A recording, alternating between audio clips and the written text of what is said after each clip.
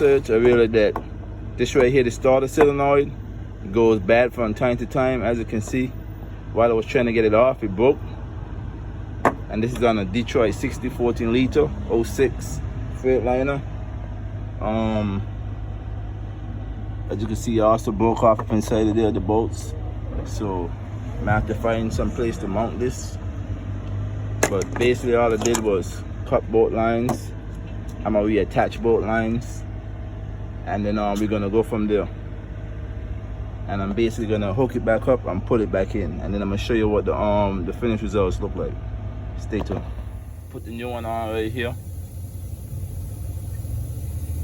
and then I tied it down here for right now, temporary, just so that I could be able to start the truck and keep moving.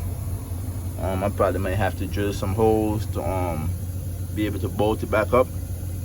You'll see how that go.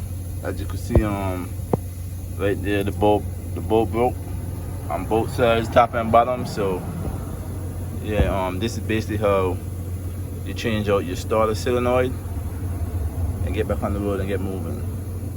To yourself, the solenoid was about $25, and to do the work is free. Thanks for watching. Like, comment, subscribe. Drive safe on the road.